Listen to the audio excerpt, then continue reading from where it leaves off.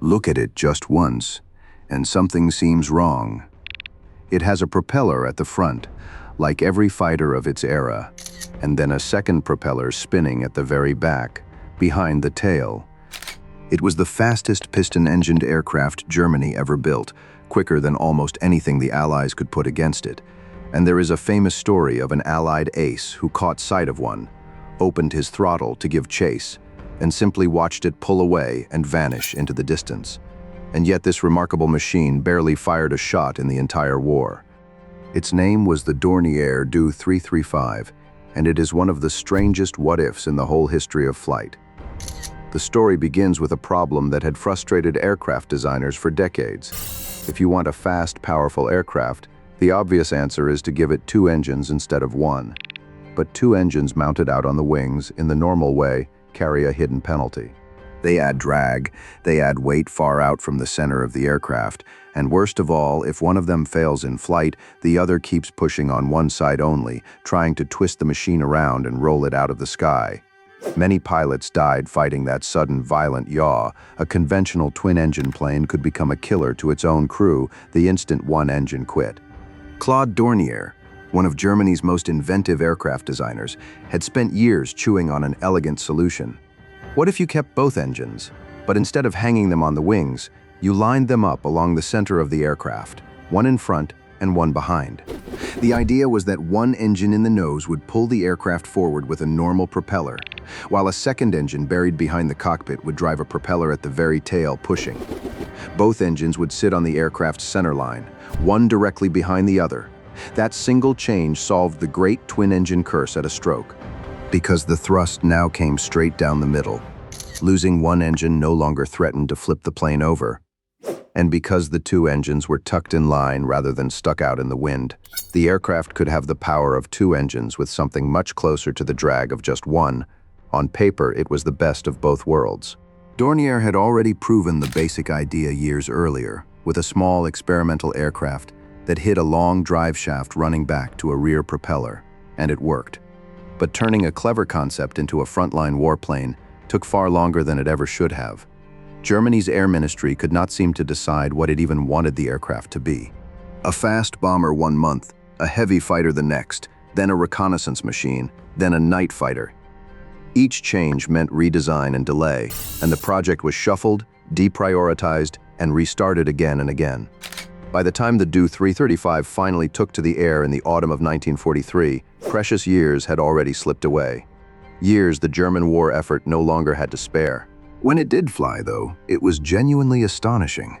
The Do 335 could reach around 470 miles per hour, which made it the fastest piston-engined aircraft Germany ever produced, and one of the fastest in the entire world. Pilots who flew it were struck by how quick and how stable it felt, and by the sheer brute shove of 2 powerful engines driving it forward and pushing it from behind at the same time. Its unusually long nose earned it an affectionate nickname, the Anteater, and its distinctive cross-shaped tail, with a fin standing above the fuselage and another hanging below it, existed for a very practical reason. The lower fin protected the rear propeller from striking the ground on takeoff and landing. But that rear propeller created a brand new problem, one that no earlier fighter had ever had to face. If a pilot in an ordinary aircraft needed to escape in an emergency, he simply threw back the canopy and jumped clear. Do that in a Do 335, and you would leap straight into the spinning blades of the rear propeller. So Dornier's engineers gave the aircraft a set of features that were remarkably far-sighted for their time. It carried an ejection seat, a device that would fire the pilot up and away from the aircraft at a moment in history when almost every other plane in the sky still relied on the pilot hauling himself out by hand. And before he ejected, the pilot could trigger explosive bolts designed to blow away the rear propeller and the upper tail fin, clearing his escape path. This was serious, forward-looking safety engineering, the very kind of thinking that would soon become standard in the jet fighters of the following decade. And here is where the story turns from triumph toward tragedy, or perhaps toward farce. For all its speed and all its cleverness, the Do 335 barely fought at all. Only a small number were ever completed, a few dozen airframes spread across all the different intended versions, and the war ended before they could be built in anything like real quantity.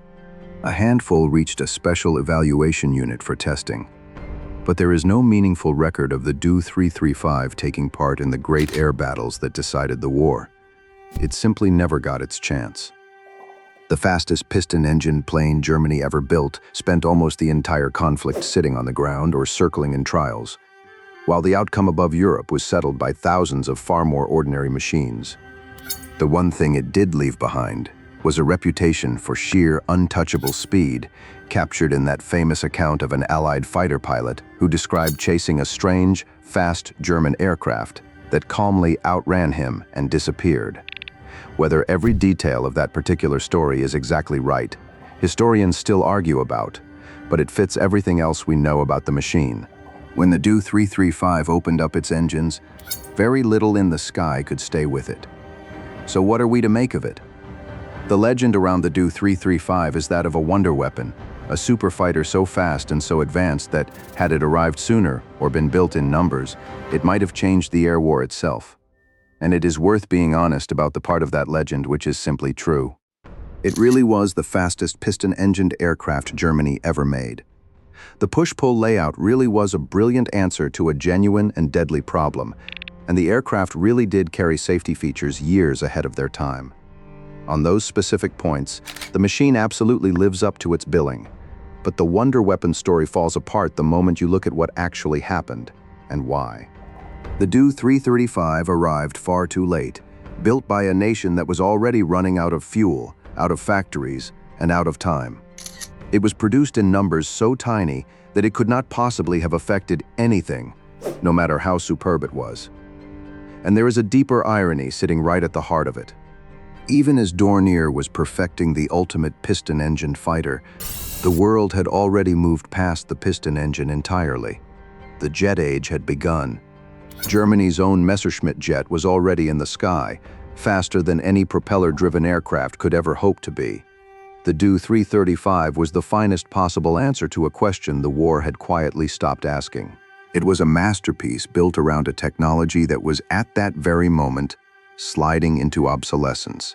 That is the real lesson of the aircraft, and it is a subtler and sadder one than any wonder weapon triumph. Being the fastest, the cleverest, or the most advanced of your kind means very little if your entire kind is already yesterday's idea. The Do 335 was not too little, too weak, or too crude. If anything, it was too much. An enormous helping of engineering brilliance poured into a design whose whole family was about to be swept aside.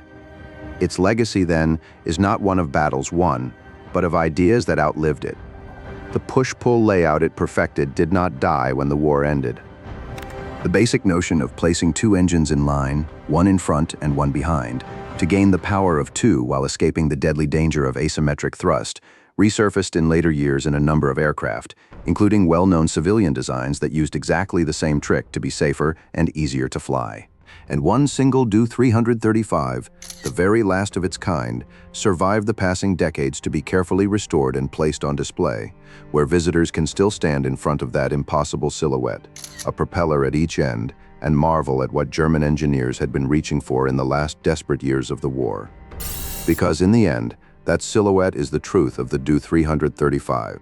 It was fast, it was ingenious, and it was beautiful in the strange way that only truly original machines can ever be. But it was born into a war already being lost, delayed for years by the very leaders who had ordered it, built in numbers far too small to matter, and rendered obsolete by the jet before it was ever given the chance to prove itself in battle. It is remembered not for what it did, because it did almost nothing, but for what it was. A brilliant, doomed glimpse down a road that flight itself had already begun to leave behind. The fastest piston plane Germany ever built turned out, in the end, to be a monument to a moment that had already passed.